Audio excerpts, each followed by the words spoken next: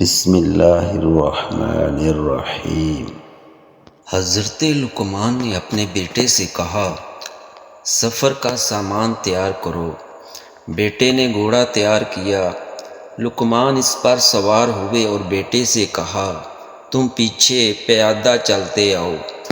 وہ کھیتوں کے پاس سے گزر رہے تھے۔ کسانوں نے انہیں دیکھا اور کہا، یہ کیسا بے رحم آدمی ہے کہ خود تو گھوڑے پر سوار ہے اور بیچارے بچے کو پیچھے گھسیٹتا لا رہا ہے۔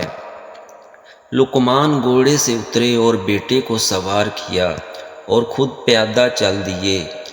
کچھ دور گئے تھے کہ دیکھنے والوں نے کہا، دیکھیے بیٹا کتنا ناقدر سا ناش ہے کہ اس کو باپ کا احترام نہیں۔ خود تو گھوڑے پر سوار ہو گیا ہے اور کمزور باپ پیچھے پیچھے چلا آ رہا ہے۔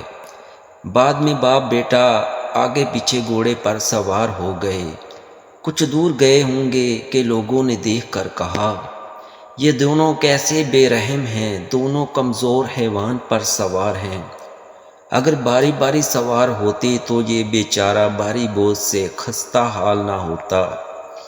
اس موقع پر دونوں پیادہ ہو گئے۔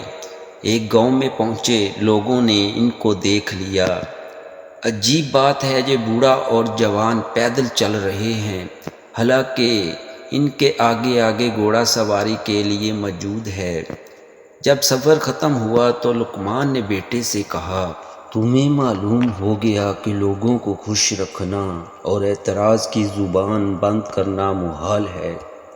بس چاہیے کہ لوگوں کی خوشنودی کا خیال نہ رکھو، اپنے قول و عمل میں خدا کی خوشنودی کو مد نظر رکھو اور دوسروں کی مدح و ذم کا خیال نہ کرو۔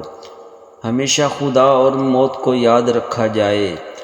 جو شخص اللہ کے پاس کوئی چیز امانت رکھتا ہے تو اللہ اس کی حفاظت فرماتے ہیں۔